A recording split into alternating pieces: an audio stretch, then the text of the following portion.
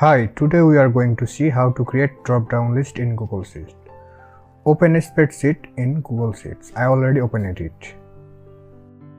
Now select the cell or cells you want to create drop-down list. After selecting your cell, click on Data. Then choose Data Validation. Next to Criteria, you will find several options. You can choose any of them. I'm just choosing list from a range.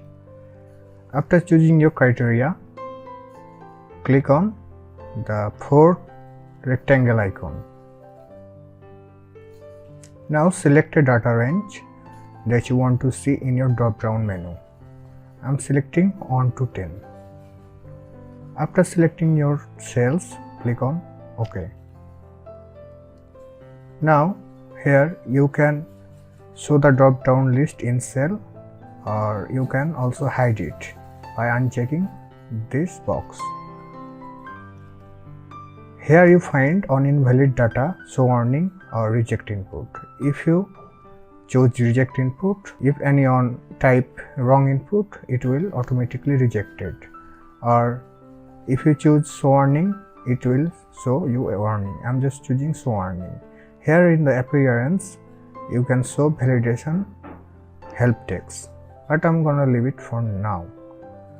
After selecting all this, click on Save. Your drop-down list has been created. Click on it and select what you want to select. I'm selecting 3.